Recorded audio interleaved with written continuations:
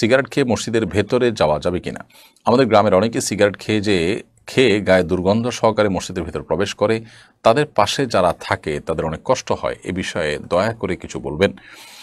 ভাই ইমরান খান, সিগারেট খেয়ে মসজিদের ভেতরে যাওয়া বা ধূমপান করে মসজিদের ভিতরে যাওয়া, এর মানে হলো আমাদের মুখে যে দুর্গন্ধ হয় সেই দুর্গন্ধটা নিয়ে মসজিদে প্রবেশ করা।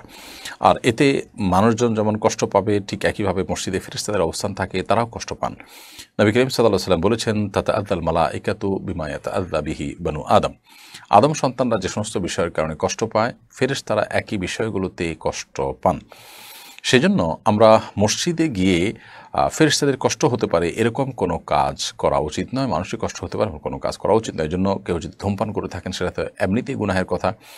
তারপর ধূমপান করে মসজিদে তিনি যেতে হবে, নামাজ তো পড়তেই হবে। সেক্ষেত্রে তাকে ওযু করে মুখ ধুয়ে পরিষ্কার করে কুলি করে ভালো করে মুখের দুর্গন্ধ দূর করে নিয়ে তারপরে মসজিদে প্রবেশ করা উচিত।